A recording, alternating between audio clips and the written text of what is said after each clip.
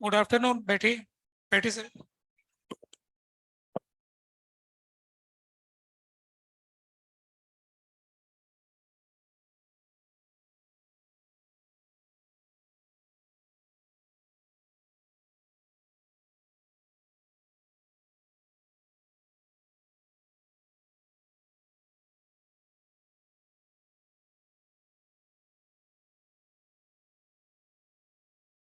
तो हमारा कुछ डिस्कशन था आज का। एक्सरसाइज 3 आप लोगों ने कर लिया क्या? बहुत इजी था। कोई उसमें कोई समस्या है क्या? कितने क्वेश्चन थे टोटल? सिर्फ 17 ही क्वेश्चन थे। अलग ही तरह के क्वेश्चन थे। तो कोई पूछना भी है क्या? कितने एक सवाल पूछना है?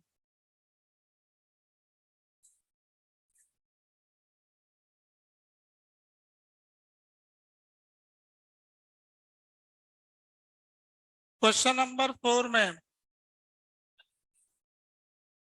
लीस्ट काउंट का सवाल है।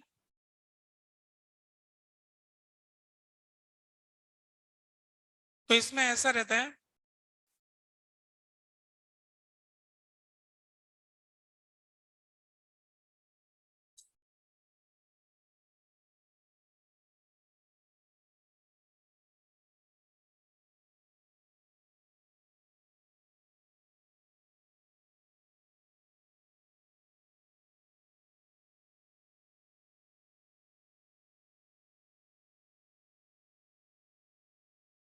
ऐसा आ गया ना। तो क्वेश्चन में हमें क्या रखा है कि स्टैंडर्ड रेजिस्टेंस जो है वो तो फिक्स है, लेंथ में एरर हो सकता है। तो इसमें अपन क्या करेंगे कि इससे एक एस की वैल्यू निकाल लेंगे। उससे आपको एक आंसर तो आ ही जाएगा। 60 आ रहा है ना। अब वो चेंज वाला चेक करना है, तो इसको डिफरेंशिएट कर देंगे। डिफरेंशिएट करना तो जानते हैं, लॉग लेके कर देंगे। तो L N 100 minus L N L plus LNR। ऐसा आ गया ना। डिफरेंशिएट कर देते हैं, तो ये आ जाएगा DS/S। D/100 - L/100 - L।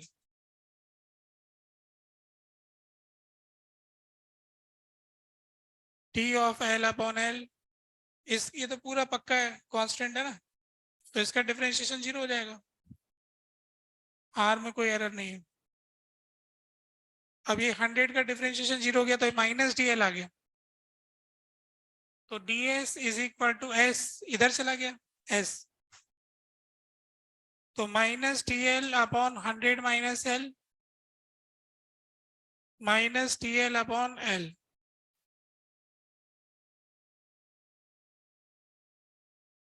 इसमें एक माइनस आएगा क्या? इसका डिफरेंशिएशन किया तो एक -1 आएगा। ये आ गया वो माइनस।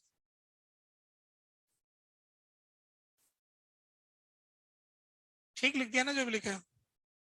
अब देखो अपन को L का वैल्यू दिया है 40, है ना। 40.0।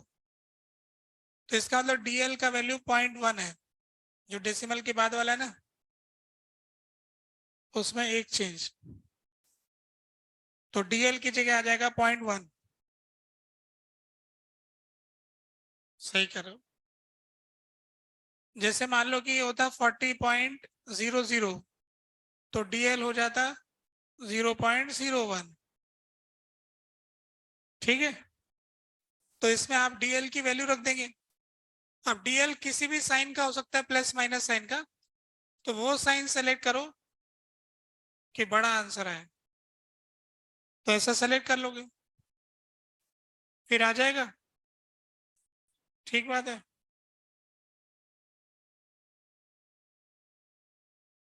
तो और बताइए और कुछ।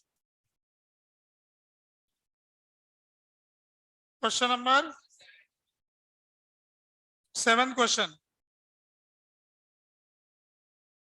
7वें क्वेश्चन में ऐसा लिखा गया है कि दो आइडेंटिकल गैल्वेनोमीटर और दो आइडेंटिकल रजिस्टर, एक रेजिस्टेंस, ये 3-4 चीजें दे रखी है। अगर इंटरनल रेजिस्टेंस गैल्वेनोमीटर का जो है वो R/2 से छोटा है, तो इनमें से कौन से कथन सच्चे हैं? सच्चे कथन क्या है ना? तो ये हमें जानना है। तो अब इनमें से आप कौन सा स्टेटमेंट जानना चाहते हैं? बी वाला जानना चाहते हैं। Maximum voltage range is obtained when the two resistors and the one galvanometer are connected in series and the second galvanometer is connected in parallel to the first galvanometer. आप देखना पड़ेगा क्या होगा, है ना? तो ये क्या कहना चाहते हैं कि वोल्टेज अपन मैक्सिमम चाहते हैं, तो हमारे पास में एक गैल्वेनोमीटर है, इसका रेजिस्टेंस RC है और दो आइडेंटिकल रेजिस्टेंस है,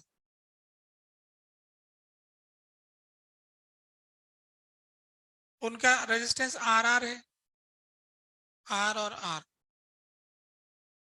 ऐसे दो गैल्वेनोमीटर है हमारे पास, दोनों के कॉइल का रेजिस्टेंस RC और ये दोनों RR। अब हमको P वाले ऑप्शन में कहा कि ज्यादा वोल्टेज रेंज करने के लिए एक विचार है कि हम ऐसा करें कि दो रेजिस्टेंस और एक गैल्वेनोमीटर सीरीज में लगा दें। रेजिस्टेंस सीरीज में लगाएंगे तो करंट एक ही लाइन में जाएगा, एक जैसा। फिर इसके साथ गैल्वेनोमीटर लगा दिया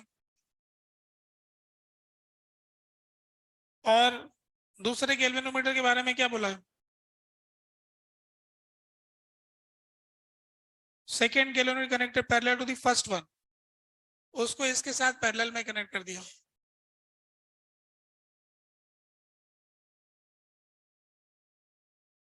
तो अभी आपका वोल्ट मीटर का एक आइडिया दे रहे हैं। तो अपन ये जानते हैं कि गैल्वेनोमीटर का एक मैक्सिमम करंट होता है, तो इसका ये IG मैक्स यहां पर होगा, इसमें भी IG मैक्स हो जाएगा, सिमेट्री से बराबर जाएगा। तो इसका जो टोटल करंट का मैक्सिमम वैल्यू 2IG मैक्स हो जाएगा, है ना? तो अब अपन जो ज्यादा से ज्यादा वोल्टेज ले सकते हैं, तो V मैक्सिमम वोल्टेज क्या ली जा सकती है? 2IG max. अब इन दोनों का इक्विवेलेंट निकालेंगे तो RC/2 हो जाएगा। RC RC RC/2 और फिर 2R, तो 2R प्लस RC/2, ये आ गया ना? इसको गुणा कर लेते हैं।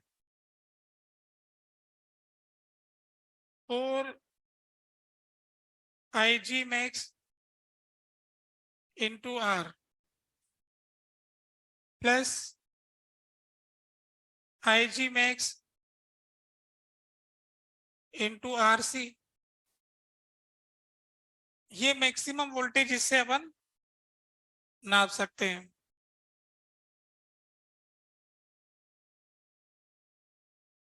और इससे पहले वाला जो ऑप्शन कह रहा है, ए वाला ऑप्शन, वो अगर सबको सीरीज में लगाएंगे तो उस केस में तो क्या होगा कि करंट की लिमिट IG मैक्स ही रह जाएगी। अभी क्या करंट अपन डबल कर सकते हैं, तो इस हिस्से में हमारे को फायदा हो रहा है ना? सीरीज वाले में देखेंगे, अगर चारों को सीरीज में लगाओगे तो आपके पास मैक्सिमम करंट की लिमिट IG मैक्सिमम रह जाएगी, बस IG मैक्स तक जाएगा। तो अब इसका इसका V मैक्स जो आएगा वो हो जाएगा IG max 2R plus 2RC। ठीक है,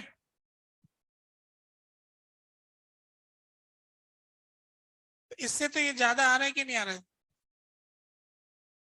अब इस बात का पता इससे चलेगा कि 2 Ig max into R plus 2 Ig max into RC,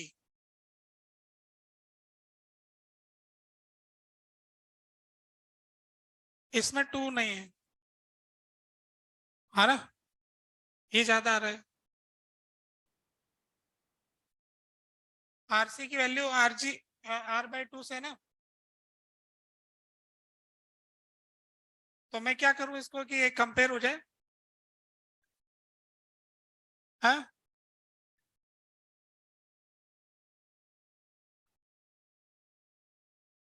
ऐसा कर लूं कि अगर इसको V डैश बोल देते, इसको दुगना करके इसको दुगना करूं, फिर घटा दो, जो बड़ा है उसका पता लग जाएगा, है ना? इसको डबल कर दूं, उसमें से इसको घटा दूं, डबल करने से तो फिर डबल का पता लगेगा। सीधे ही घटाऊं, सीधा घटा देता हूं, है ना? अच्छा, यूं करना चाहते हैं, आरसी को, आरसी की वैल्यू अल्फा टाइम्स R/2 रख देते हैं, ठीक है? RC alpha is less than 1, है ना? अल्फा टाइम्स R/2 रख देते हैं, तो यहां रख दो, वहां रख दो, फिर इनको डिवाइड कर दो, फिर फैक्टर से पता लग जाएगा, ठीक है? आज समझ रहे हैं? वो वैसे समझ में आ गया कि उन दोनों को पैरेलल में लगाने से ना डबल करंट कर लिया, उससे ऐसा हो रहा है। बस थोड़ा सा दिक्कत ये आता है कि कोई दिमाग लगा के कुछ और कर सकता है क्या, कि यही मैक्सिमम है कि और क्या कर सकता है कोई? हमारे पास ये 4 चॉइस है, तो अपन करंट डबल करने के अलावा और कोई रास्ता भी नहीं है हमारे पास, है ना? हम और कुछ सोच भी नहीं पाएंगे इससे ज्यादा के लिए, इसलिए यही सबसे ज्यादा होगा, ठीक है? तो अब तो ये हो जाएगा। और कोई प्रश्न? 9th question, 8th question,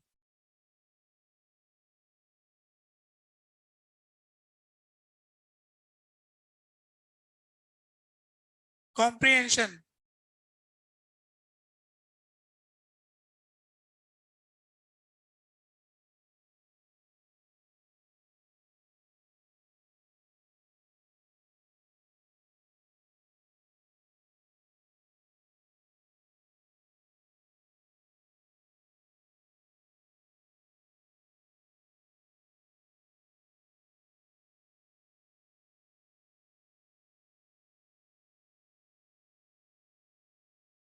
question में ऐसा दे रखा है कि एक ऐसा सिलेंडर है जिसमें से हवा भी निकाल ली गई है, एक जगह खाली कर दी गई है ना, चलने फिरने के लिए पूरा फ्री किया है और इसको किसी बैटरी से जोड़ दिया है।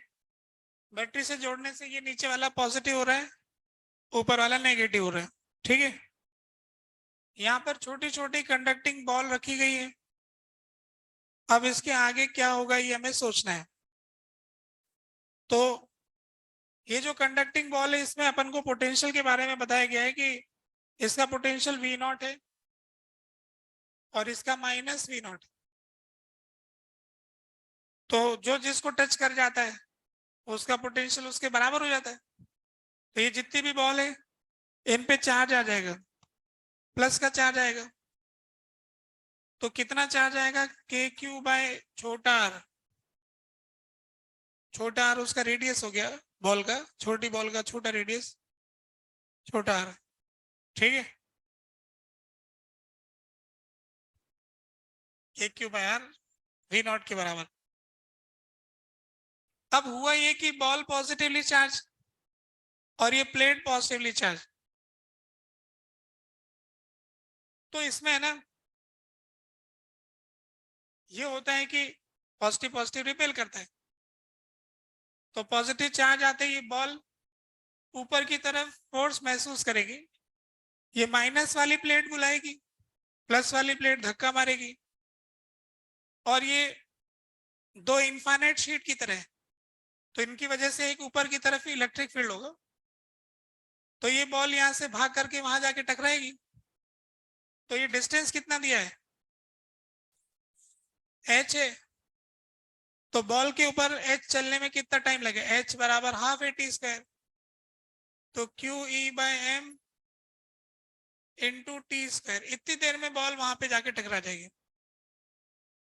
तो ये बॉल नीचे से उठ के ऊपर जाएंगे, कुछ पॉजिटिव चार्ज लेके जाएंगे, वहां पर मिले इनकी मुलाकात माइनस से होगी, प्लस माइनस हाथ मिला लेंगे।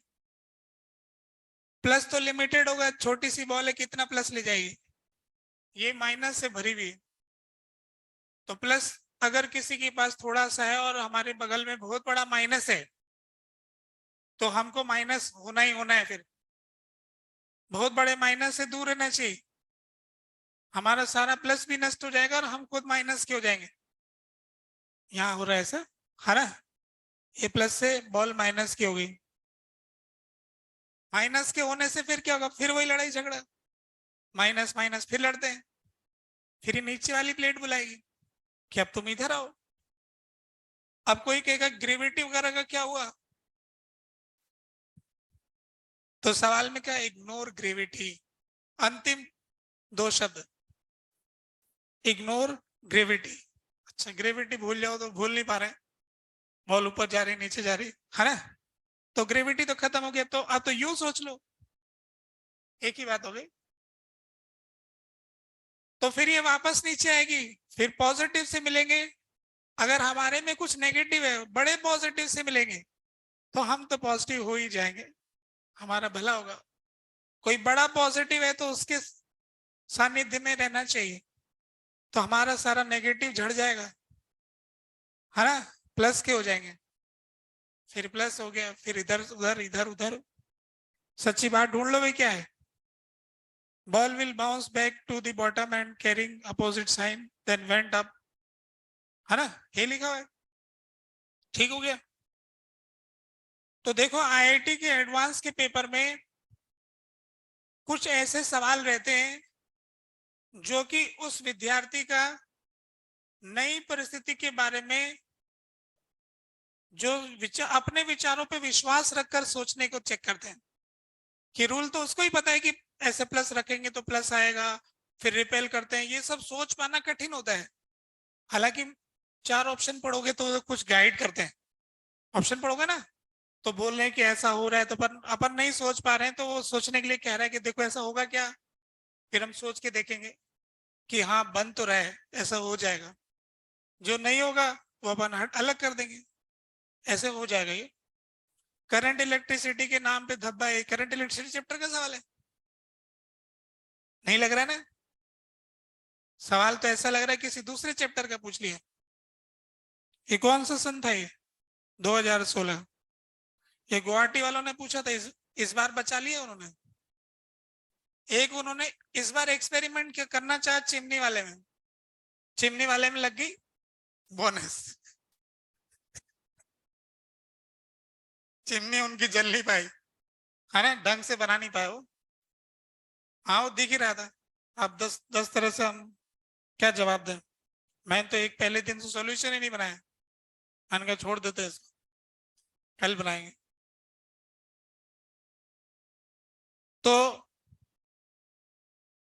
अभी इसका दूसरा सवाल देखना है क्या कोई, अब इस उन्होंने पूछा कि एवरेज करंट, है ना, ये भी बताया था, बोले बच्चों से नहीं होगा, वैसे तो सवाल छोड़ ही दिया होगा, किया ही नहीं होगा उन्होंने। देखो कितनी हिम्मत चाहिए एक सवाल को करने के लिए, कि जब हम सवाल पढ़ें तो निर्भय हो और ऐसे पॉजिटिव एनर्जी हमारे दिमाग में भरी हो कि मैं न्यूट्रल होके सवाल पढ़ रहा हूं, पर कुछ लोग ऐसा कर ही नहीं पाते हैं। ये जो न्यूट्रलिटी है ना, यही इंपॉर्टेंट चीज है एग्जाम में, मतलब ये रह जाए तो अच्छी चीज है। लोगों के पास टाइम ही नहीं रहता है, इधर उधर टाइम बर्बाद करते हैं, इस बहाने उस बहाने, है ना, फिर सवाल देख के छोड़ देते हैं, पहले से मन मन अपने विचारों से भरे होते हैं, ऐसे नई बात तो पढ़ने के लिए राजी नहीं। तो कितने विद्यार्थियों ने ईमानदारी पूर्वक इस सवाल को अटेंड किया, जरा हाथ ऊपर करना। देखो इसमें इतने से, अब जिन्होंने अटेम्प्ट किया है वो अटेम्प्ट को डिफाइन करें कि कैसे किया अटेम्प्ट। मैंने सवाल देखा था, एक डब्बा सा है, कुछ बॉल वॉल नहीं समझ में आया, ऐसी इसी को अटेम्प्ट कहते हैं। अटेम्प्ट की डेफिनेशन क्या होती है ये भी देख लो, है ना, what is the meaning of attempt.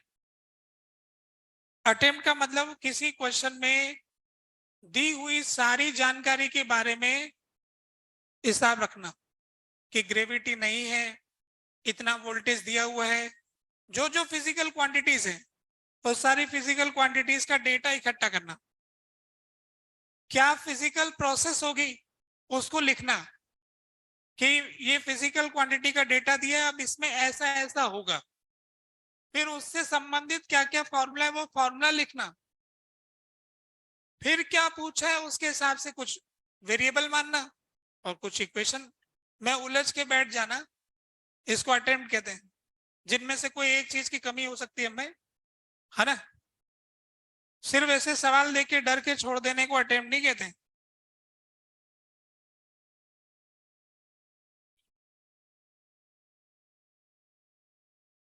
E0 दिया ना, सही बात है। इसका जवाब सुनो, इसकी वेलोसिटी यहाँ पे कितनी थी, 0। जब ये बॉल वहां पहुंची तो कितनी वेलोसिटी हो गई, कुछ हो गई ना वेलोसिटी, फिर E0 गया तो वेलोसिटी क्या हो गई, 0। E0 का मैंने यूज कर लिया ना, टक्कर मार के वेलोसिटी 0, वेलोसिटी 0, फिर माइनस से मुलाकात हो गई, चार्ज आया, आ गया, माइनस का आ गया, फिर माइनस माइनस ने धक्का मारा, फिर इधर भाग गया, हो गया ना ऐसे। यूज तो किया इस बात का, बोलो क्या कह रहे हो। चार्ज कितनी देर में आता है, किसी चार चीज को हाथ लगा के देखना, झट से आ जाता है।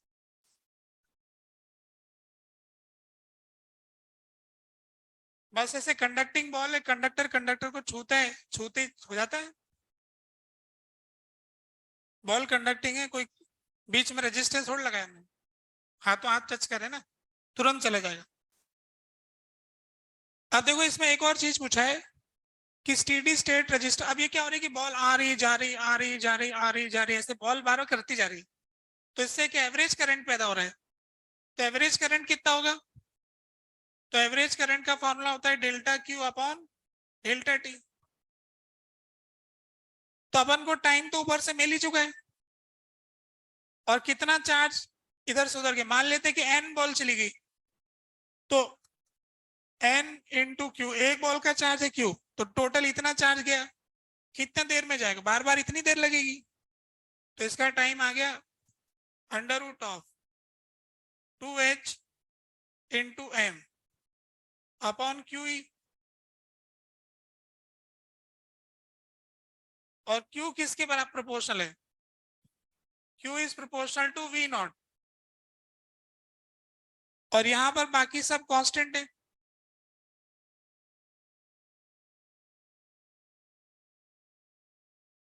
तो क्यू इंटू रूट क्यू ऊपर चला गया, ये वाला रूट क्यू ऊपर चला गया,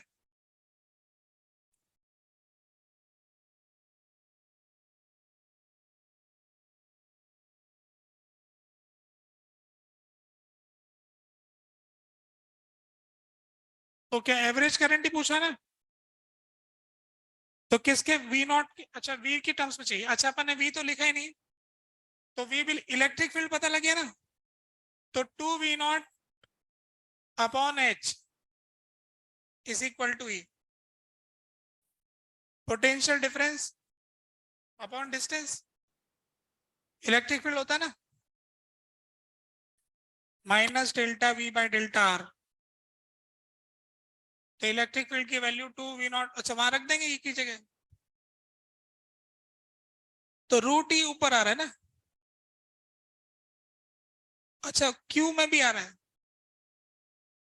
ई में भी वी नॉट आ रहा है और क्यू में भी आ रहा है, दोनों को हटाओ, आंसर ले आओ, ले आओगे ना, आ जाएगा। तो इस तरह से ये कॉम्प्रिहेंशन हो गया। और बताइए क्वेश्चन नंबर 17, 16, लो भाई 16।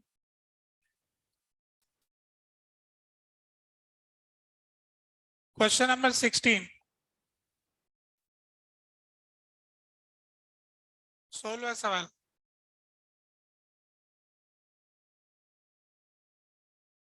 Two resistance R1 and R2 are connected to wire AB of uniform resistivity as shown in figure. The radius of the wire varies linearly along its axis from this to this. Galvanometer is connected at the center of the wire from each other and show that the zero deflection. तो x का value क्या है?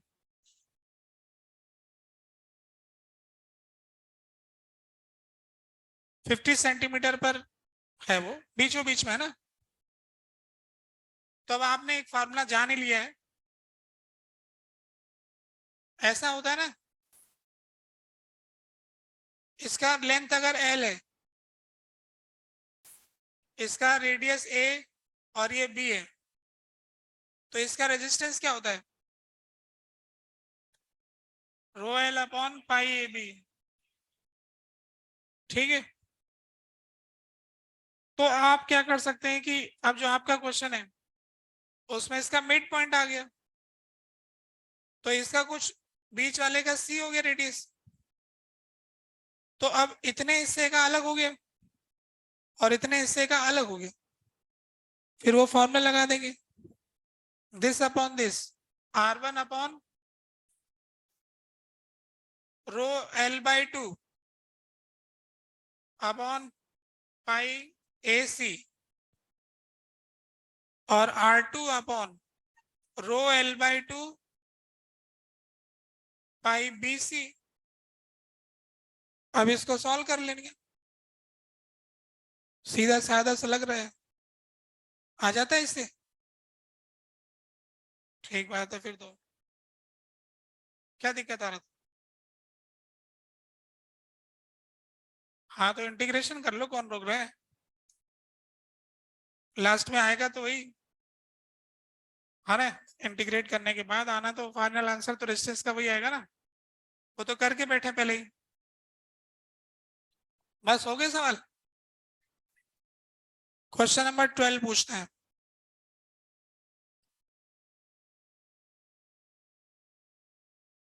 कुछ कह रहे हो? 6 में कुछ पूछना चाहते हो? पूछो, क्या पूछना चाहते हो? है आंसर नहीं आ रहा है? कोई बात नहीं है, होता है कभी कभी नहीं आता, और अच्छा ट्राई करो, आ जाएगा। आंसर ही तो नहीं आ रहा, इसमें क्या समस्या हो रही? मतलब तुम्हारा विश्वास तो बैठा हुआ ना कि कर लोगे, मेथड में डाउट नहीं आना चाहिए। सवाल उस बात से आता है कि इस मेथड में कोई कमी है क्या, तो वो पूछ सकते। आंसर तो गुणा भाग करने में गड़बड़ कर दिया हो, प्लस माइनस का साइन में गड़बड़ हो गया हो, तो इसमें क्या कोई व्हीटस्टोन ब्रिज बन रहा है क्या? तो बन रहे हैं, भोले बच्चे को दिखते नहीं, चालाक लोग ढूंढ लेते हैं और फटाफट से कर देते हैं, भोला उलझा रहता है तारों में, इतने सारे रेजिस्टेंस क्या करूं, है ना। इसमें रेजिस्टेंस गायब करते ही सीरीज पैरेलल, तो आपने देखा होगा कि इसमें से कितना ओम गायब हो रहा है पहले, ये जो कॉर्नर वाला 8 गायब हो रहा होगा,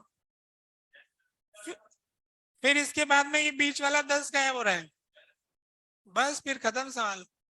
मैंने बोला ना यार, एडवांस वालों का ये इच्छा रहता है कुछ साल में व्हीटस्टोन ब्रिज लेके आई जाए, ये इनका फेवरेट है। तो ये कब आया था? 2015 में। अब तो साल काफी बीत गए, अब आप वाले में आ सकता है व्हीटस्टोन ब्रिज, आपका जो पेपर होगा उसमें व्हीटस्टोन ब्रिज मिल जाएगा, अंदाजा मार रहे हैं, अब देखो क्या होता है ना। अब 12वां क्वेश्चन पूछा था ना, 12वां और देख लेते हैं। 12वां क्वेश्चन भी थोड़ा विशेष ही टाइप का सवाल है। ये तो एग्जाम में कोई कर पाए तो बहुत बड़ी बात होगी।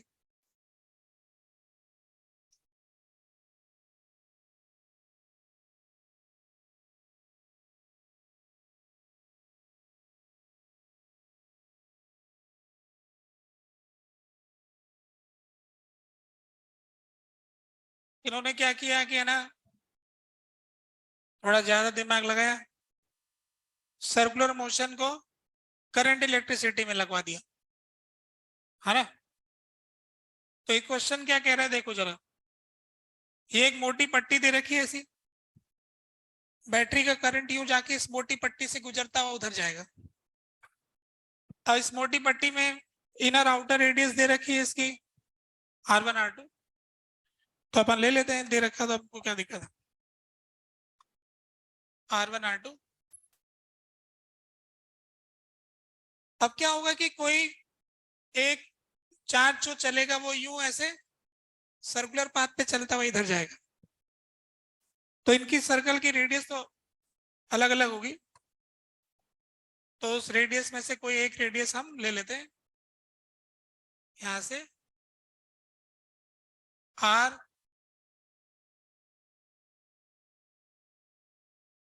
और dr, R और R प्लस dr, है ना, ऐसा हो रहा है।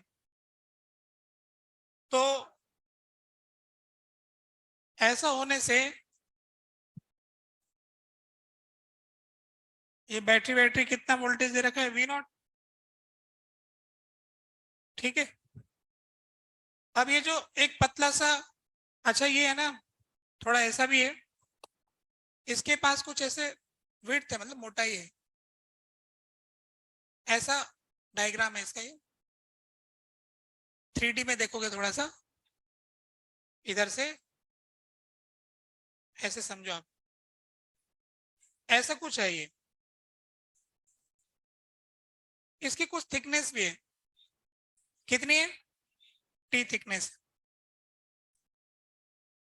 तो ये जो T थिकनेस का है यहाँ पर, इसका क्रॉस सेक्शन एरिया देखोगे तो इसका dr तो ये हो गया और इधर T हो गया, तो इसका एरिया कितना हो गया, TDR। TDR इसका एरिया हो गया, और इसका लेंथ कितना हो गया, पाई आर। तो इसका रेजिस्टेंस तो निकाल ही लोगे। तो इस हिस्से में गुजरने वाला करंट DI, छोटा सा करंट जाएगा इसमें, छोटा करंट DI बराबर, इसके क्रॉस पोटेंशियल डिफरेंस कितना है, V0। पोटेंशियल डिफरेंस तो V0 है, अपॉन इसका रेजिस्टेंस, तो रो दिया है क्या इसका, रो, रो ले लेते हैं, रो L की जगह आ गया पाई आर अपॉन TDR। TDR ऊपर चला जाएगा, तो छोटे से हिस्से में आने वाला current V0 TDR upon rho pi R. तो ये जो है, इसमें एक इस तरह का एक इलेक्ट्रिक फील्ड है जो करंट को चला रहा है। ये हो गया electric field of this source. इस बैटरी की वजह से इसमें एक इलेक्ट्रिक फील्ड आया जिसने इसको यूं भगाया। इलेक्ट्रिक फील्ड से तो स्पीड बढ़नी चाहिए, पर ये टकरा टकरा के स्पीड एवरेज स्पीड से चलता है, ड्रिफ्ट वेलोसिटी चलता है, तो हम जानते हैं ऐसा हो गया। पर अपन जानते हैं कि इसमें चार्ज को सर्कुलर मोशन करना पड़ेगा, सर्कुलर मोशन करना पड़ेगा, तो वो चार्ज है इलेक्ट्रॉन, और इलेक्ट्रॉन सर्कुलर मोशन करता है, तो उसकी वेलोसिटी इस तरफ होगी, ड्रिफ्ट वेलोसिटी VD, ऐसे सर्कुलर मोशन करेगा तो सर्कुलर मोशन के लिए फिर सेंट्रीपिटल फोर्स चाहिए। सेंट्रीपिटल फोर्स के लिए फिर इधर इलेक्ट्रिक फील्ड चाहिए, तो अगर इसको फोर्स इधर चाहिए तो इलेक्ट्रिक फील्ड उस डायरेक्शन में होना चाहिए। तो इसमें क्या होगा कि यहाँ पे प्लस का चार्ज जमा हो जाएगा, और इधर माइनस का चार्ज जमा हो जाएगा,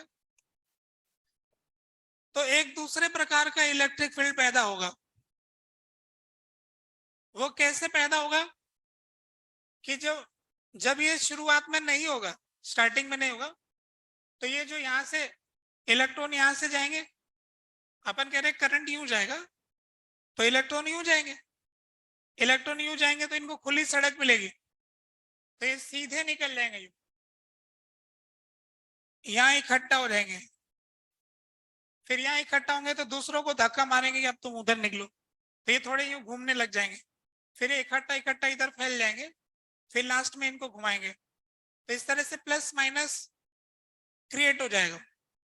ये सब है ना बहुत जल्दी में होता है, जल्दबाजी में होता है, तो ये सब ऐसा एस्टेब्लिश हो जाएगा। तो सवाल में हमसे पूछा है, जो पूछा है पढ़ लेते,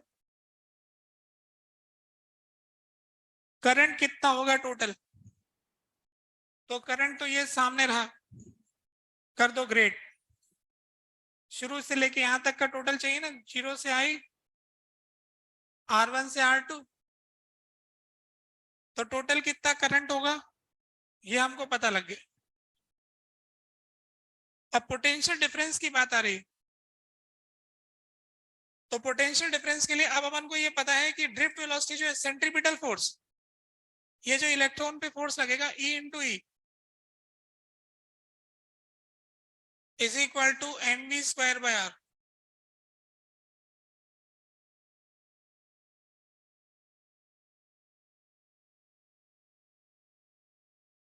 ठीक है,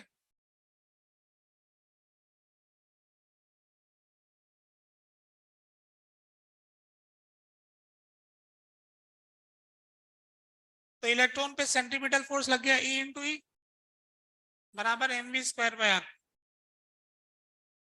एक इक्वेशन सर्कुलर मोशन की होगी, इससे अपन को E मिल जाएगा। अच्छा, करंट आपको मिल ही चुका है, तो उससे ड्रिफ्ट वेलोसिटी कैसे निकालोगे? अच्छा, डी को ड्रिफ्ट वेलोसिटी के टर्म में कैसे लिखोगे? एन ई, अब इसका एरिया कितना है? T D R, N E A V D, ये उठा के यहां रख दो, V naught T D R upon rho pi R N E T D R into drift velocity. तो यहां से टी डी आर से टी डी आर कट गया, तो ड्रिफ्ट वेलोसिटी हमको मिल गई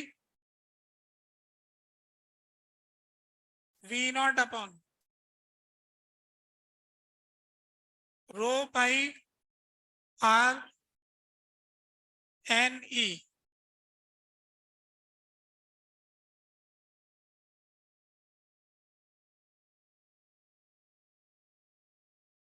ठीक है, ठीक लिख दिया क्या? सही लिख दिया ना? ड्रिफ्ट वेलोसिटी मुझको मिल चुका है, अब इसको उठा के उसमें रख दूंगा तो मुझे इलेक्ट्रिक फील्ड मिल जाएगा, ये वाला इलेक्ट्रिक फील्ड मिल जाएगा, ये वाला इलेक्ट्रिक फील्ड मिल जाएगा, तो इससे पोटेंशियल डिफरेंस निकाल लूंगा। जरा निकाल के देखते हैं। तो E का वैल्यू हो गया m upon E R, drift velocity का स्क्वायर, तो V naught square upon rho square pi square R square N square E square, तो E proportional to 1/r cube आ गया क्या? अब पोटेंशियल डिफरेंस चाहिए, तो dv equal to minus E dot D R. अब इंटीग्रेट करके इन दोनों पॉइंट्स का पोटेंशियल डिफरेंस निकाल लेंगे।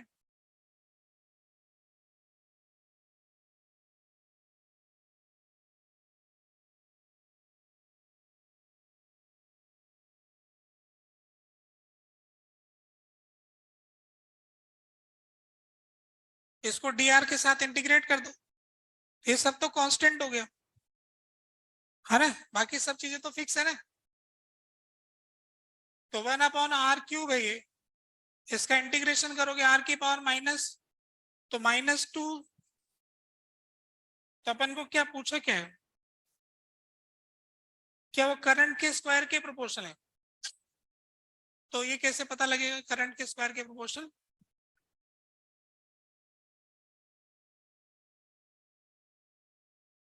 देखो dv -e.dr आ गया ना, तो mv0² upon e rho square pi square n² e³ r³ into dr कर दे ग्रेड, माइनस साइन है यहाँ पर, तो डेल्टा भी आ गया। अब R1 से R2 आ गया, तो डेल्टा v जो इन दोनों के बीच है उसकी वैल्यू आ गई mv0² e³ रो square pi square n² r³ और 1/r, तो हटा देंगे, तो हटा देंगे, तो -1/r⁻²,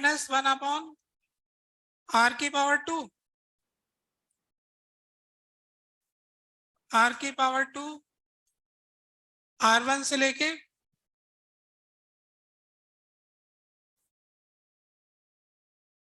क्या 2 से डिवाइड भी करना पड़ेगा? -2 से, तो -2 माइनस, यहाँ पर एक माइनस था, ये -2 इधर हो गया।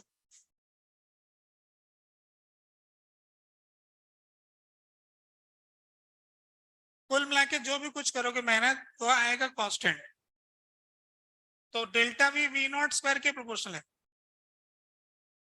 है ना, डेल्टा v v0² के प्रोपोर्शनल है, और v0 बराबर IR होता है ना, इसका पूरे का R है अगर मान ले रेजिस्टेंस, तो इसका जो टोटल करंट होगा ओम्स लॉ से, तो v0 बराबर I इंटू इसका रेजिस्टेंस होगा ना टोटल, तो v0 is proportional to I और delta v is proportional to v0², और बाकी सब कांस्टेंट है। इंटीग्रेट करने की तो जरूरत नहीं थी, पर करके बता दिया कि वो कांस्टेंट हो गया है। ठीक है, कैसा लगा सवाल?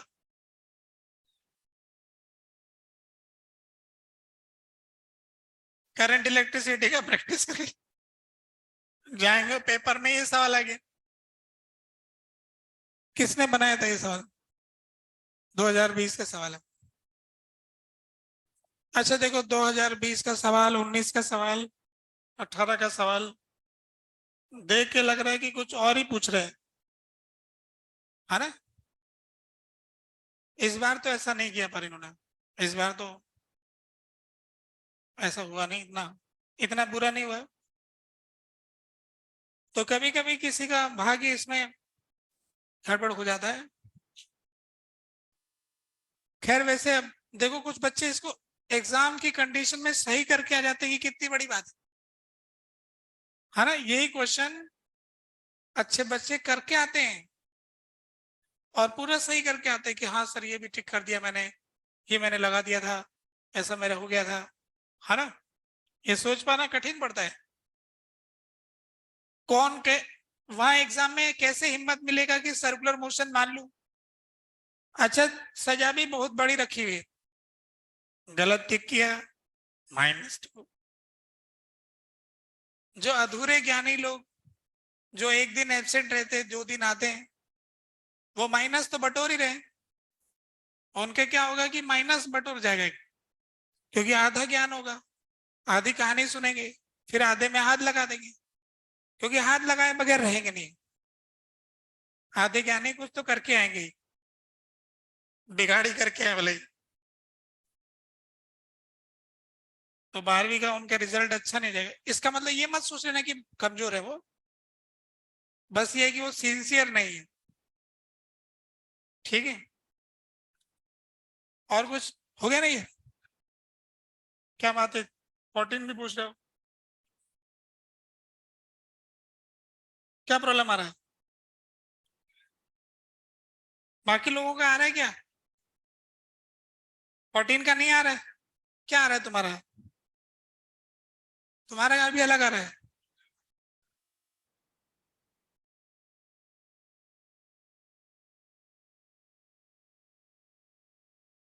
ये लो भाई, देखते हैं।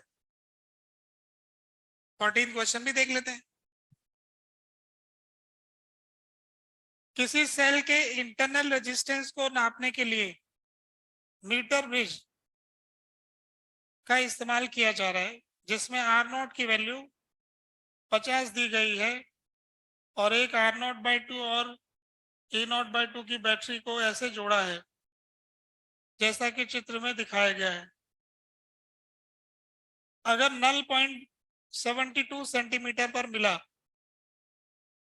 तो R1 की वैल्यू क्या होगी? अब ये भी नया सवाल आ गया। अब ये बोले बच्चे वही लगा देंगे, रटा रटा है फॉर्मूला।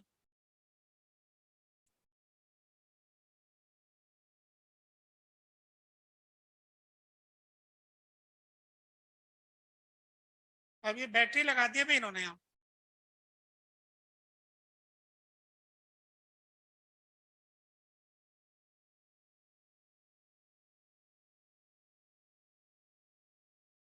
ये डायग्राम में कुछ टेढ़ा मेढ़ा करके क्यों बना के दे रहे हैं? सीधा बना देता हूँ।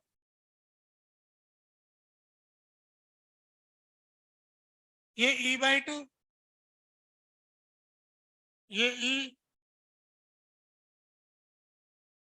ये R1, R0/2।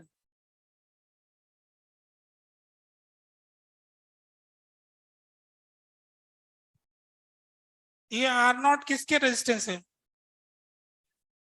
पूरे वायर का। इसका रेजिस्टेंस है R0। ये वायर है, इसका रेजिस्टेंस R0। ये बैलेंस पॉइंट अपन को 72 सेंटीमीटर पे मिल गया। ये 72 सेंटीमीटर, ये बाकी बचा 28 सेंटीमीटर।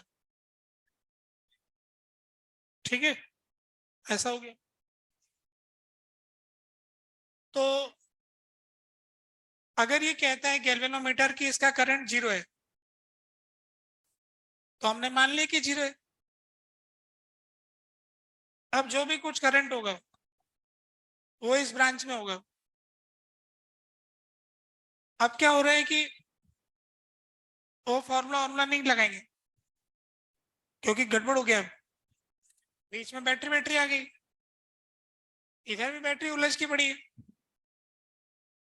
तो अब तो अपन केवीएल के भरोसे बैठे हैं, हम जंक्शन लॉ, किरचॉफ लॉ, उसी से सब कुछ आने वाला है ना? वही लगाया तुमने, देखते हैं।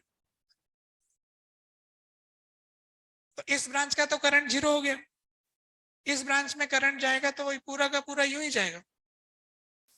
तो अपन आई मान लेते हैं, प्लस माइनस प्लस माइनस ऐसे चलेंगे। तो देखो, आपको पता है कि टोटल 50 है ना? तो ये 72 का कितना हो जाएगा? 36 ओम ये हो गया, और ये 14 ओम ये हो गया। आधा आधा कर दो है? ठीक है। तो 36 और 14 इनका हिसाब हो गया। तब मैं इसमें केवीएल लगाता हूँ इस वाले लूप में, और एक बार इस वाले लूप में लगा देता हूँ, बस हो जाएगा। तो मैं लिखूंगा, मैं -IR1 plus E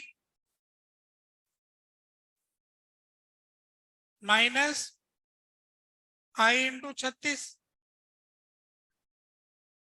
minus E/2 equal to 0। ठीक है, तो ये हो गया E माइनस E/2 हो गया E/2। E/2 is equal to I common R1 plus 36 हो गया ना, इधर ले जाके इस तरफ ले जाके हो गया।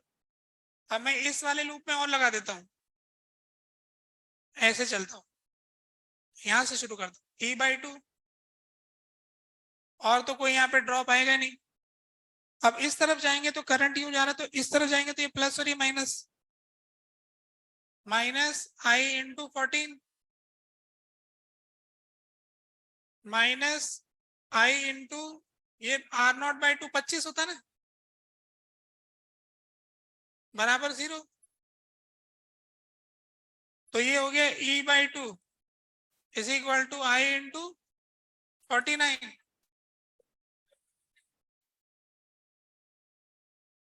39।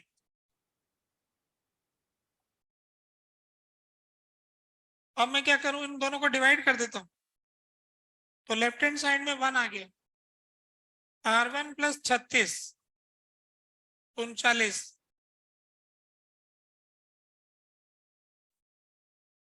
36 39 में से 36 गए तो कितना आता है, 3। कितना आया था तुम्हारा, 3 ही आया था।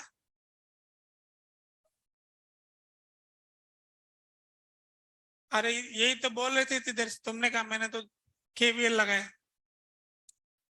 बोला था ना वो फॉर्मूला अब नहीं लगेगा। मीटर बीज तो नाम का है, 1 मीटर है बस, इतना ही यूज करना है इसे।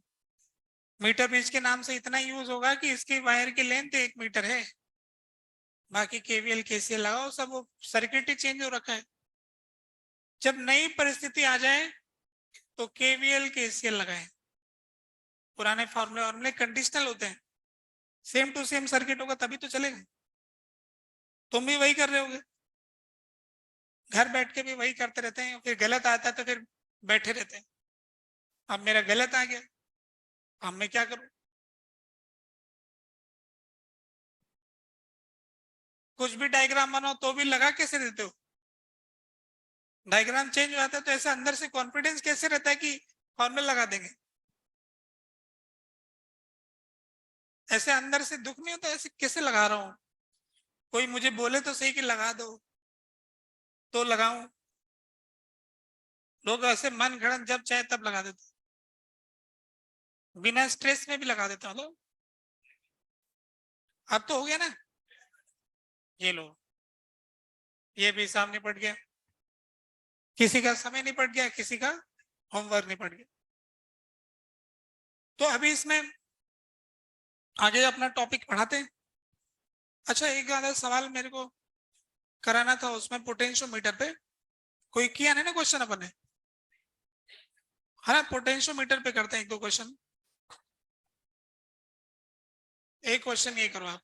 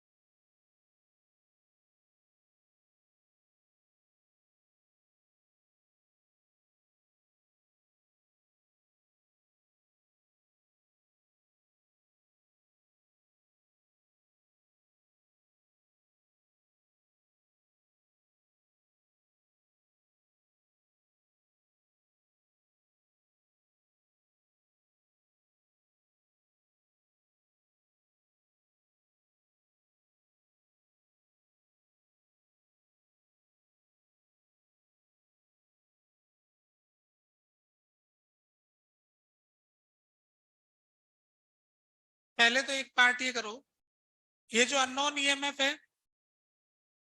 वो कितना है, ये सॉल्व करके बताओ।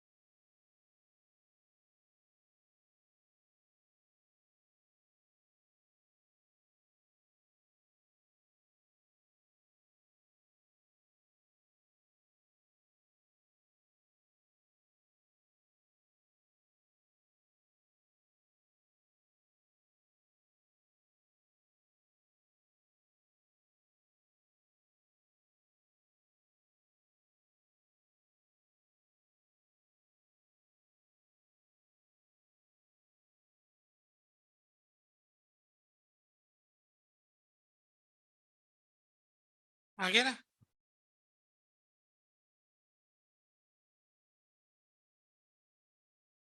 इस पोटेंशियोमीटर वायर का रेजिस्टेंस 8 ओम है। ये कुछ R0 मान लो, ये भी देंगे। ये पोटेंशियोमीटर वायर का है ना, रेजिस्टेंस ऑफ पोटेंशियोमीटर वायर इसका है।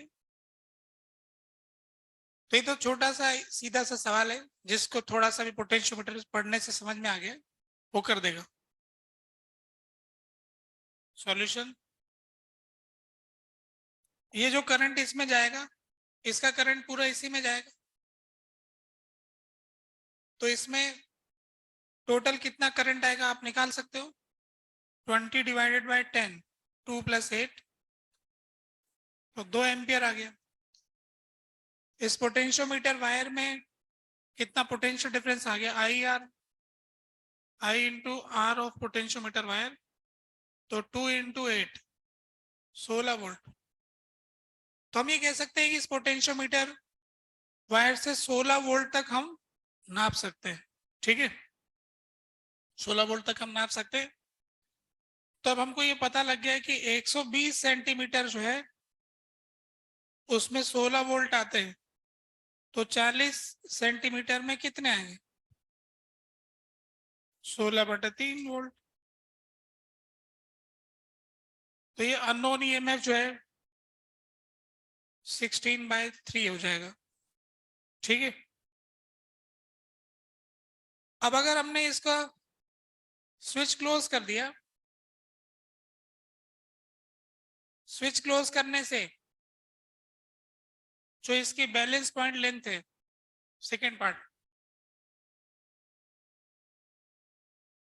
व्हेन की इज क्लोज्ड,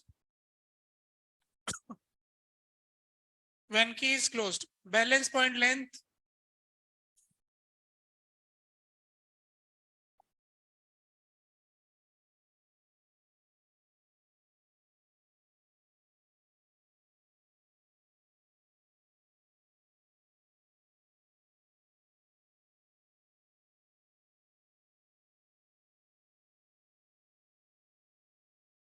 becomes 32 सेंटीमीटर।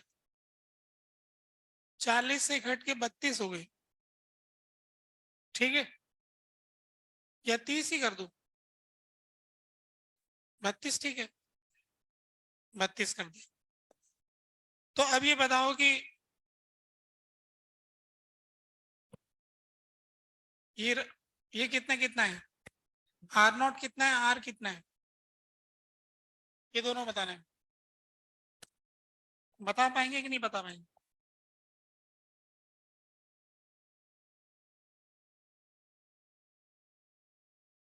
क्या R और R0 की वैल्यू आप निकाल पाएंगे।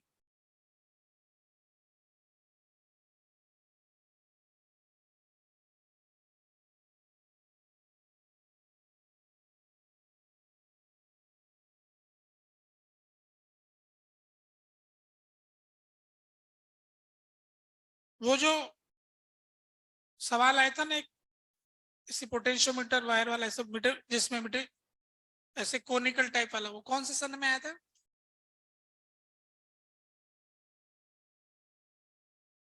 एडवांस में एक सवाल आया था ना, अभी डिस्कस किया था ना मैंने, ABC वाला, ये भी डिस्कस किया था जो, ये वाला 16 नंबर। अच्छा, हाँ, तो इस तरह का सवाल पोटेंशियोमीटर में करवाया गया था क्लास में। ये जो एग्जाम में है ना, एक सवाल मैं लेता हूँ इस तरह का, पोटेंशियोमीटर अभी लेने वाला हूँ, अगला सवाल तो जनरली करवाते हैं। तो वैसा योग से जिन्होंने वो कर रखा हो उसमें फायदा हो जाता है, कुछ मिलता जुलता कुछ एग्जाम में आ जाता है ना।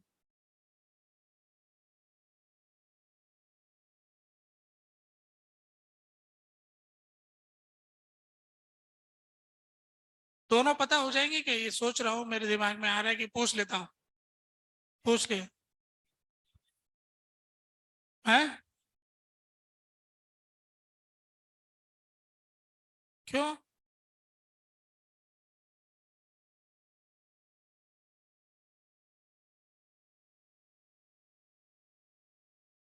अच्छा, एक वैल्यू देना पड़ रहा है,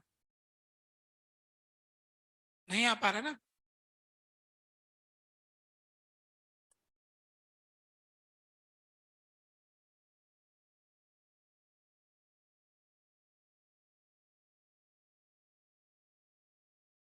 अच्छा, जो इक्वेशन बनना है लिख देते हैं, है ना। सॉल्यूशन, जब इसका आपने लेंथ चेंज कर दिया, मतलब इसको कनेक्ट कर दिया,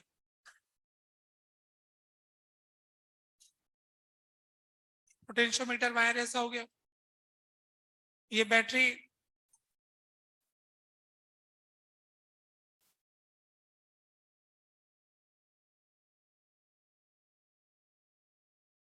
तो अब ये 30 सेंटीमीटर हो गया, 32 हो गया, 32 सेंटीमीटर आ गया। तो अब अपन ऐसा कह सकते हैं, ये ई तो आपको आएगी 16/3, ये आर और ये आर नॉट। अच्छा, ऊपर वाली ब्रांच का करंट भी आपको पता है, 2 एम्पियर, है ना। इस वाली ब्रांच का कुछ करंट होगा आई, ऐसे I1 मान लेते हैं, I1 ऐसे जाएगा। तो ये तीनों ऐसे आपस में पैरेलल में, ये और ये तीनों के क्रॉस पोटेंशियल डिफरेंस बराबर बराबर होगा, बराबर बराबर लिख लेते हैं। तो इस 32 में कितना होगा भाई, तो 32 में होगा 16/120 इंटू 32, ये इसके क्रॉस पोटेंशियल डिफरेंस हो गया। 16 वोल्ट है 120 में, तो 32 में कितना होगा, तो 16/120 इंटू 32 इज इक्वल टू, इसमें कितना है I1 इंटू आर नॉट, और इसमें कितना है 16/3 minus are into I1।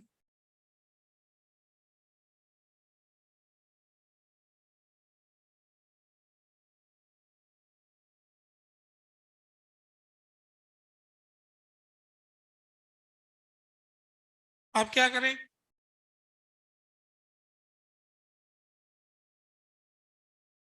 I1 की वैल्यू आर की टर्म्स में लिख तो सकते हैं आप,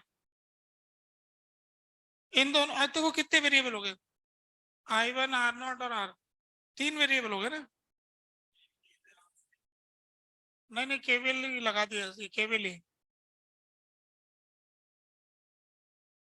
देखो एक तरह से ये एक लूप ये लग ही गया, और ये एक लूप लग गया आगे, ये बस, इससे ज्यादा नहीं लिख पाएंगे। अगर मैं आपको रेजिस्टेंस दूंगा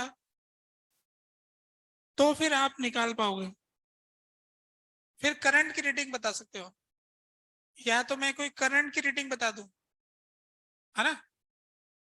ऐसा कर दूं कि यहाँ पर करंट बता दूं कि इससे इस ब्रांच में करंट चला जाता है 1 एम्पियर, तो आ जाएगा कुछ। अगर I1 की वैल्यू 1 ले लूंगा तो आर नॉट की वैल्यू आ जाएगी, आर की भी आ जाएगी। कितनी आ रही है आर नॉट की वैल्यू,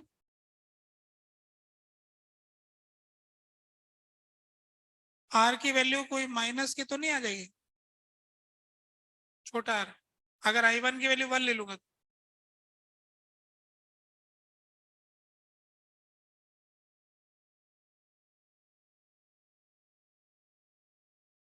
पॉजिटिव आ रहा है, ठीक है ना। तो ऐसा लिख लेते हैं फिर,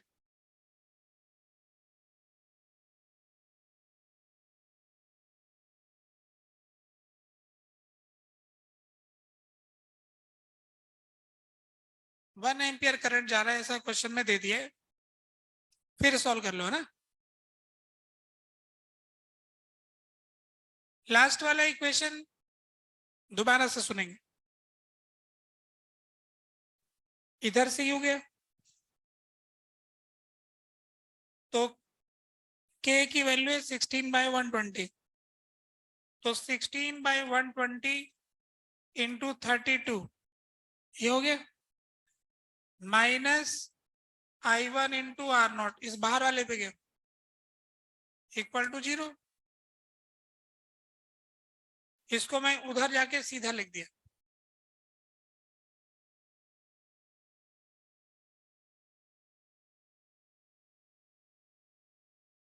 ठीक है, एक बार मैंने इसको यूं लिख दिया इधर वाला, तो 16/120 minus into 32 minus E plus I1 into R, plus minus होगा ना, यू करंट जा रहा है, इक्वल टू 0। अब इसको उधर ले जाएंगे, E माइनस I1R, तो E माइनस I1R और I1R0 इसके बराबर। ये मैंने अब आपको KVL से बताया, पर मैंने अपने मन में ऐसा नहीं सोचा था, अब मैंने जो सोचा बोल रहा हूं। ये तो मैंने ऐसे ही बताया कि हमेशा KVL लगाओ। मैंने ऐसा सोचा कि ये तीन चीज पैरेलल है, तो इसके क्रॉस पोटेंशियल डिफरेंस, इसके क्रॉस पोटेंशियल डिफरेंस, इसके क्रॉस पोटेंशियल डिफरेंस बराबर हो गया, तो मैंने पोटेंशियल डिफरेंस बराबर किया। तो बैटरी के अंदर करंट जब जाता है तो E माइनस IR होता है, तो बैटरी का E माइनस IR, रेजिस्टेंस का IR होता है, और इसका K इंटू L होता है, तो तीनों बराबर कर दिए। ये काम किया था बस, वो इनडायरेक्टली दो लूप पे KVL लगाने के जैसा है। ठीक है, एक और सवाल करते हैं।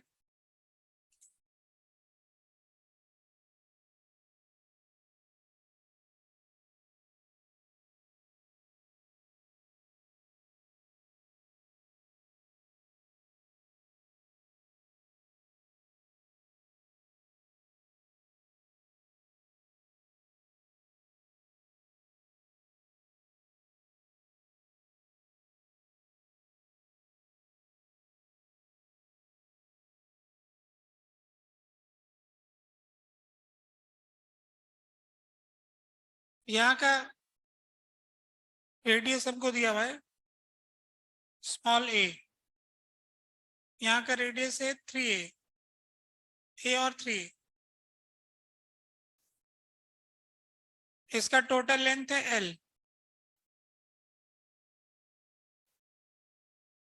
तो अब हम क्या करते हैं कि एक बैटरी लगाते हैं और इसका इंटरनल रेजिस्टेंस, एक्सटर्नल रेजिस्टेंस हमने लगाया 20 ओम,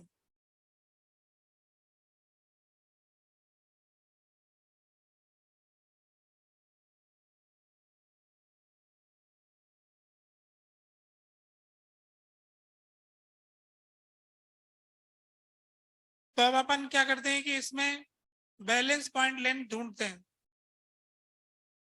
तो पहले हमको बैलेंस पॉइंट लेंथ मिलता है L/2 पर, L/2 पर बैलेंस पॉइंट लेंथ मिल जाता है, फिर वो L/3 पर मिलता है,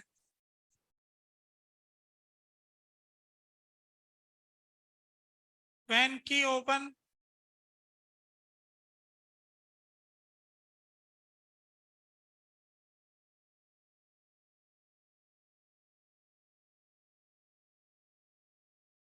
L/2, when key is closed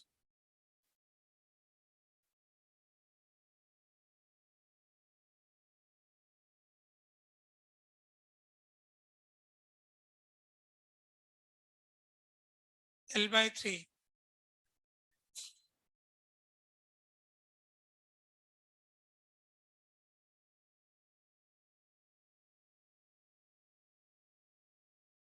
पूछो doubt.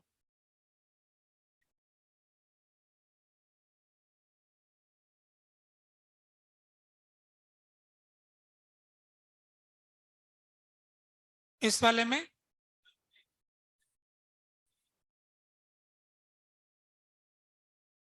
16/3 into R0, R plus R0 is equal to,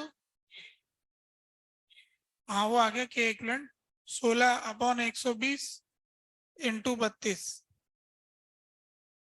लगाओ ना, मैंने काम मना किया लगाने से, लगाओ, लगाने से किसने रोक, लगा लो, देखो लगा दिया। अब आप बताओ R0 कैसे निकलेगा, R कैसे निकलेगा। वो इसी से तो आएगा, इसमें से I1 उठा करके इसमें पुट कर देंगे, वो आ जाएगा। इसी का तो यूज करके वो आया, एक इक्वेशन में उठा उठा पटक करके रहोगे तो वहीं घूमते रहोगे। तो ये तो ठीक है, गलत नहीं है।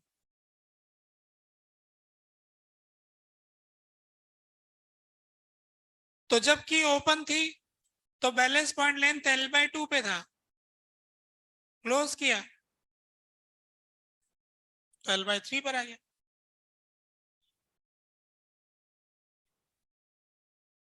ये वाला ई नहीं दिया, ये वाला भी नहीं दिया।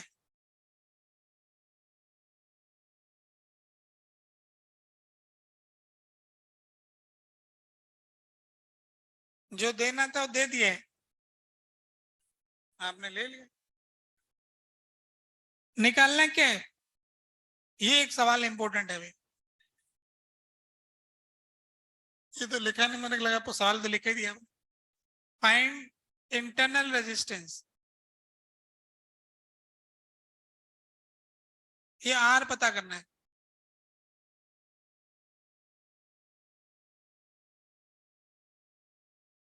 ठीक है। अच्छा, अब आप लोग, सवाल ही नहीं था आपके पास,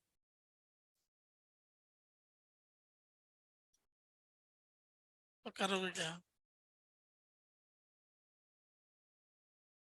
और बीच में एक सवाल पूछ लिया, इधर इधर उधर हो गया मामला।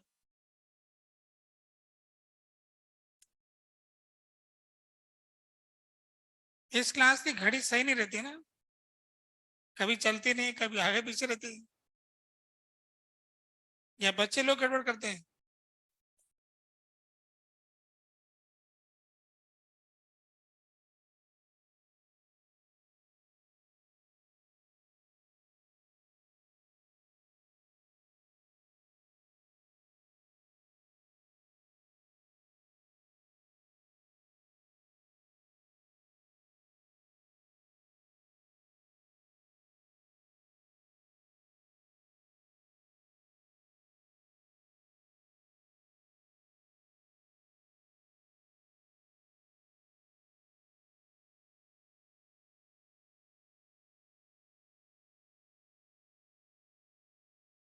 अच्छा, इतना आ रहा है, 20 से भी ज्यादा।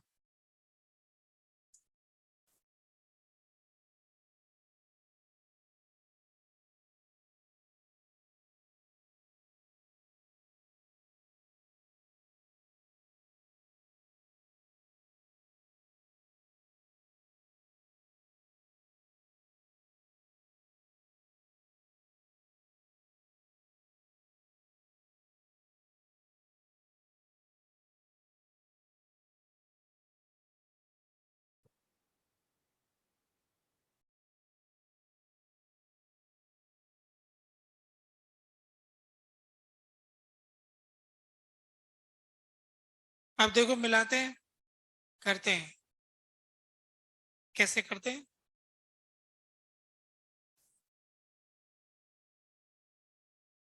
छोटा सा सवाल है, सॉल्यूशन देखो। अब जो इसके अंदर जो पोटेंशियल डिफरेंस होगा, उसको मैं, है ना,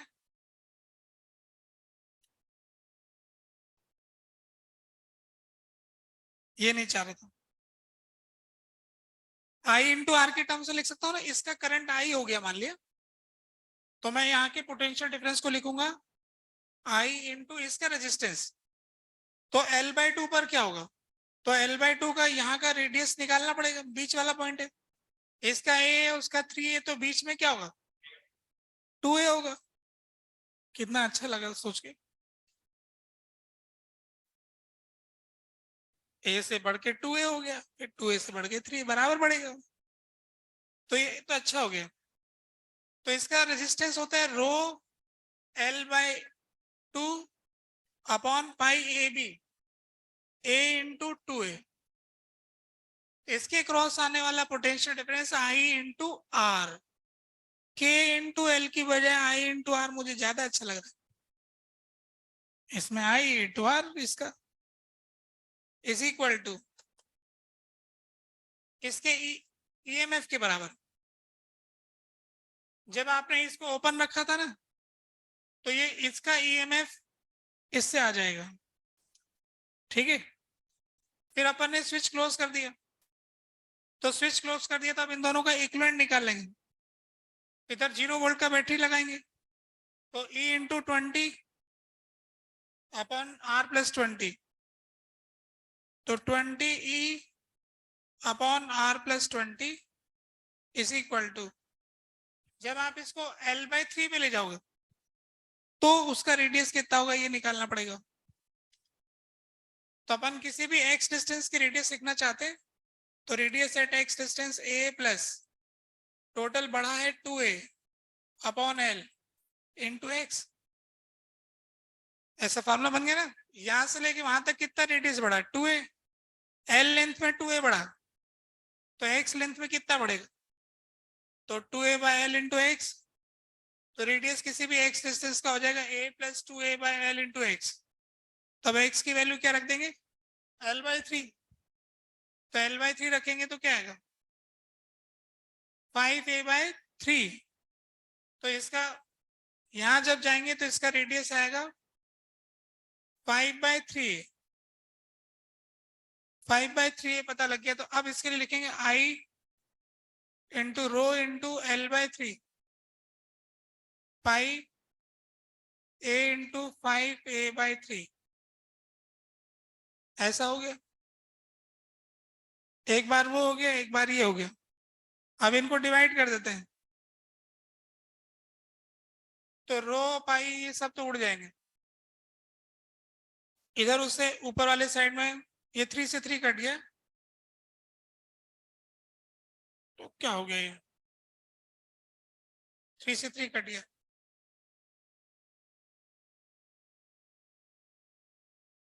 क्या 5/4 आएगा क्या, ये 3 से 3 कट गया, 1/5 है ना। 5 अपॉन ये 2 नीचे चला गया, 5/4 आ रहा है ना। और यहाँ पे R प्लस 20 अपॉन 20 100 हो गया। 4R plus 80 20 is equal to 4R।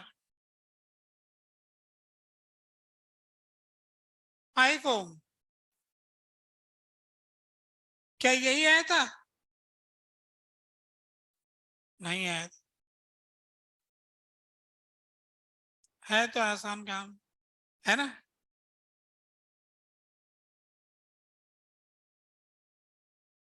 तो इस तरह से कुछ कहना चाहते उधर से।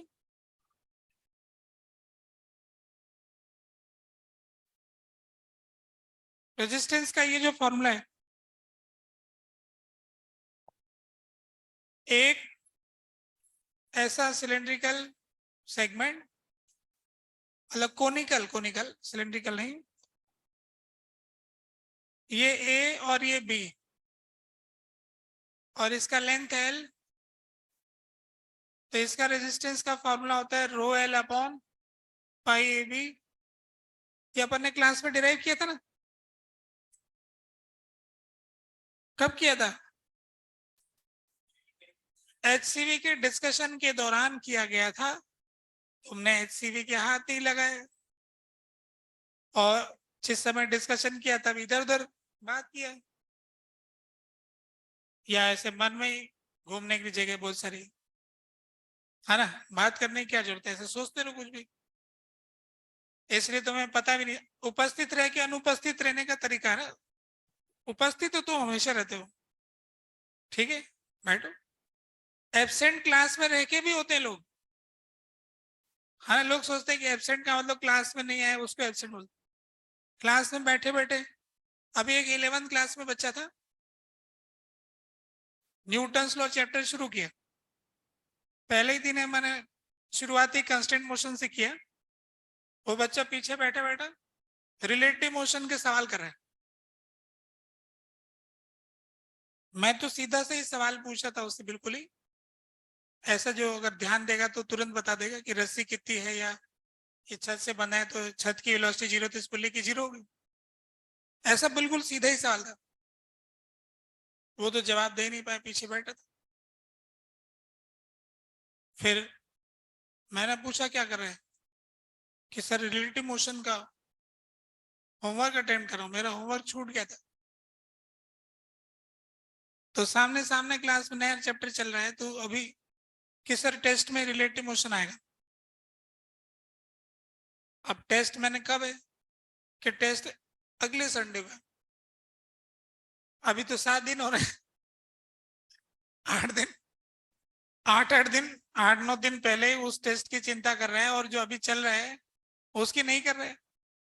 तो फिर मैंने कहा ऐसा करता रहेगा तो सब 0 हो जाएगा। तो कहने का मतलब बच्चे जो है ना क्लास में रह करके भी कैसे एब्सेंट रहते हैं ना, उसको फिर 2 + 2 ही नहीं आ रहा है ना, ऐसा हो जाता है। तो इसलिए विद इन द क्लास उपस्थित रहे भाई सब लोग, है ना। नहीं करके हैं कम से कम देख तो लें, कोई फार्मूला बता दिया मेरे काम आ जाएगा। ये फार्मूला बता दिया था, इसका भी बताया था ना, स्फेयर वाले का भी। क्या आता है इसका, इसका ए और B, rho L B minus A 4πAB। ऐसे स्फेयर वाले का भी होता है।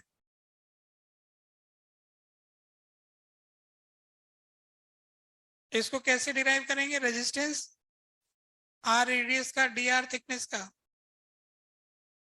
मानकर इंटीग्रेट करेंगे ऐसे करके। तो स्फेरिकल शेप का है और ऐसे रेडियल करंट जाता है, तो रेजिस्टेंस क्या है वो है। और ऐसे कोनिकल टाइप का है तो क्या है, ऐसा है। ठीक है, मेंस के पेपर में भी आया हुआ ना, एचसीवी में भी था, मेंस के पेपर में भी आ गया, दो दो चीजें डिस्कस कर दिया। ठीक है, पिछले पेज पे जाए।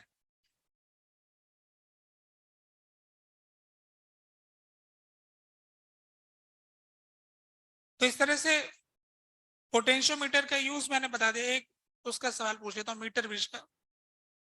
ठीक है, अगले पेज पे जाता हूँ, ये आपने देख लिया हो गया ना नोट।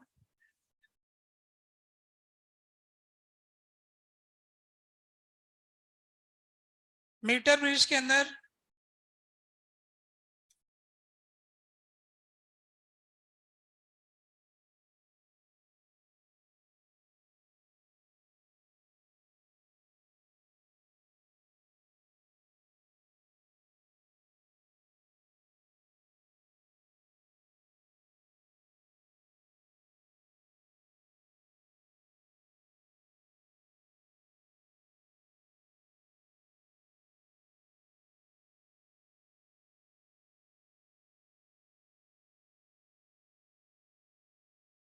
इस समय ये पॉइंट सी है और ये पॉइंट डी है। इस समय करंट की वैल्यू 0 है। ठीक है, ये हमको पता लग गया है कि बैलेंस पॉइंट आ गया है और अभी करंट वरंट नहीं जा रहा है। अब सवाल ये आ रहा है कि अगर अपन बैलेंस पॉइंट से लेफ्ट साइड जाएंगे तो करंट किस तरफ जाएगा, सी से डी की तरफ कि डी से सी की तरफ। अगर जॉकी को लेफ्ट में मूव करवाएंगे तो करंट की दिशा क्या होगी,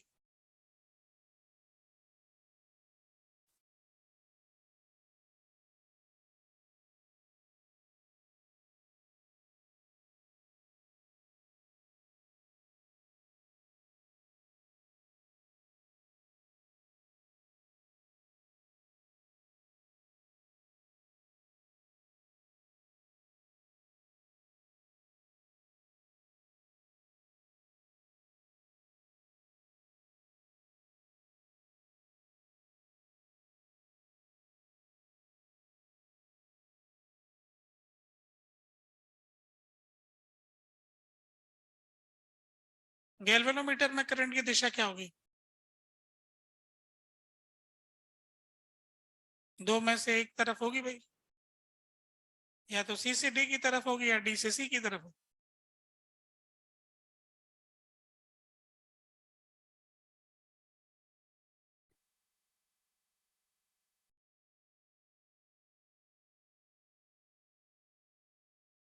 हो गया फैसला।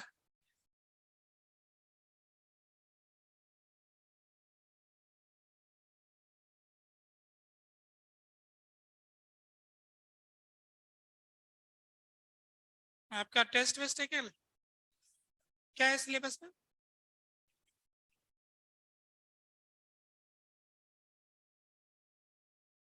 अच्छा, वो तो आपका बढ़िया कॉन्फिडेंस में होगा।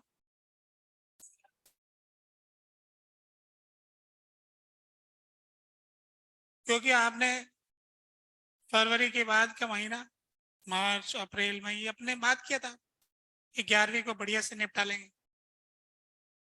ये 2-3 महीने के बारे में बोला था ना।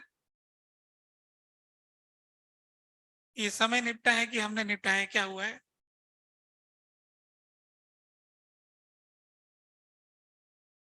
कुछ लोग इसको 13वीं में निपटाएंगे, देखना। 12वीं में नहीं निपट पाएगा उनसे।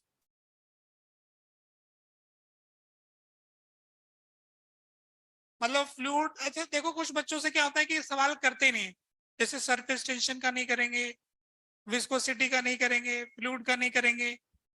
और स्कूल का बच्चा जो होगा ना, सीधा साधा सवाल करके आएगा, ज्यादा कठिन सवाल भी नहीं करके आएगा। और मेंस के पेपर में एक आधा सवाल एक्स्ट्रा ही करके आ जाएगा। और ये बच्चे जो नहीं करते ना, वो उनको नाम से डर लगता है, सरफेस टेंशन आ गया, नहीं, ये नहीं होगा, वो पढ़ेंगे नहीं। और क्या स्कूल वाला बच्चा क्या ज्यादा कठिन सवाल देखता ही नहीं। वो जो कहीं कोचिंग में नहीं जाता तो उसको ऐसी शीट मिलती नहीं देखने के लिए। सिंपल एनसीईआरटी की किताब देखता है, उसके सॉल्यूशन वाली किताब मिलती है उसको, उसमें इजी इजी क्वेश्चन होते हैं, तो वो एकदम फुल कॉन्फिडेंस से भरा होता है, ज्यादा कठिन कुछ दुनिया है ही नहीं, सारे फॉर्मूले उसको आते हैं। तो उनमें से कई बच्चे निकल भी जाते हैं, मतलब सिर्फ उसी से, क्योंकि आसानी सेलेक्ट कराता है, आसानी सिखाता है, आसानी सेलेक्ट कराता है, ये पक्का बात है। और लोग आसान को कोई तवज्जो ही नहीं देते। मैं तो कठिन करूंगा, और सब छोड़ देते हैं, दूसरे होमवर्क छूट जाते हैं, सब कुछ छोड़ के बैठे रहते हैं। और लास्ट में जाके शरण आसान के लिए नहीं पड़ेगी, पहले नहीं लेंगे। तो अभी इसका आंसर, कितने लोग कह रहे हैं सी से डी जा रहा है? सी से डी की तरफ तुम कह रहे हो अकेले, और ऐसा कोई विद्यार्थी नहीं? तुम भी कह रहे हो, तुम भी कह रहे हो, तीन हो गए भाई सी से डी भेजने वाले। और डी से सी, डी से सी तुम कह रहे हो क्या? डी से सी नहीं कह रहे हो, इतना हिम्मत नहीं है, तुम कह रहे हो, ठीक है। तो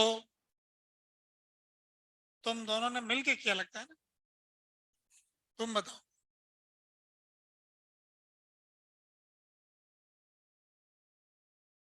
तो अगर हमने इसको यहां से इधर शिफ्ट किया,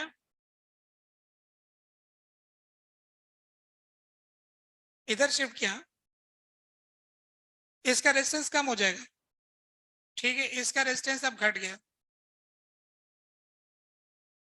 हाँ, पोटेंशियल ड्रॉप कम हो जाएगा। सुनते हैं अभी तुम्हारी बात, अब थोड़ा इस बात पे बात कर लेते हैं। मान लेते हैं कि इधर 100 वोल्ट है, इधर भी 100 होगा।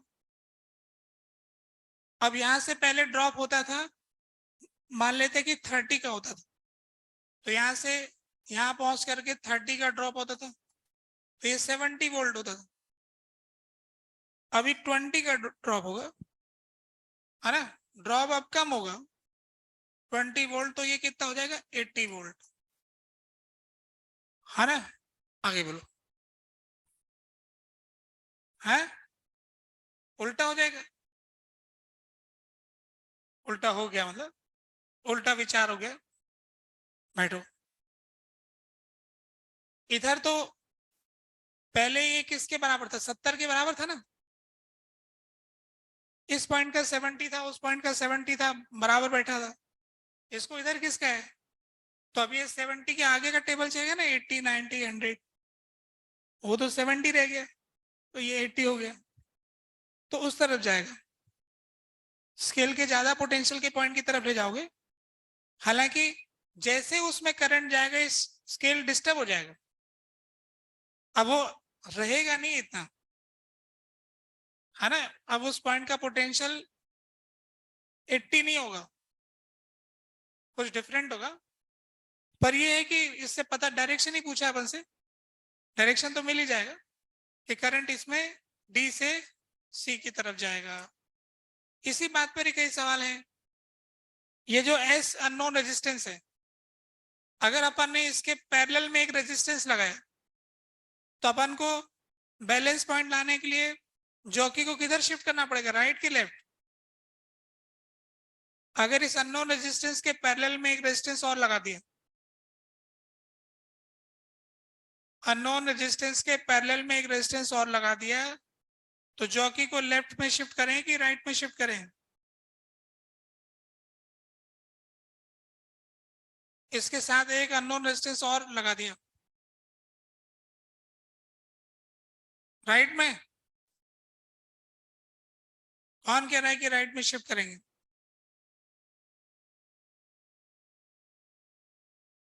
कोई नहीं कह रहा है, तुम कह रहे हो। और कौन कह रहा है कि लेफ्ट में शिफ्ट करेंगे? लेफ्ट वाला कोई नहीं,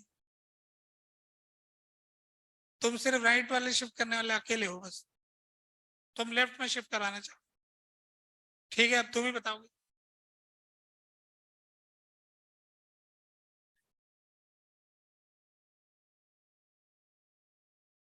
बहुत अच्छी बात है।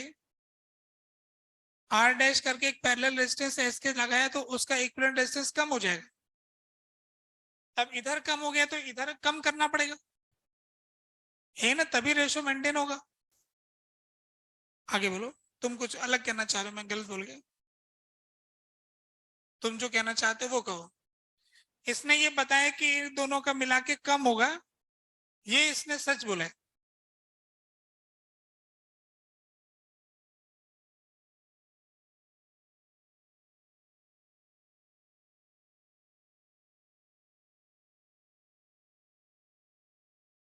मतलब ये रेजिस्टेंस कम हो गया। अब ये वाला, अब इसको पोटेंशियल का ड्रॉप ज्यादा होगा, तो इधर का लेंथ ज्यादा होगा और इधर का कम होगा, यूं कहना चाह रहे हो। तो इसका, हाँ, इसका पोटेंशियल डिफरेंस ज्यादा आ गया, तो पोटेंशियल की लाइन ऐसे स्केल में आगे खिसकानी पड़ेगी।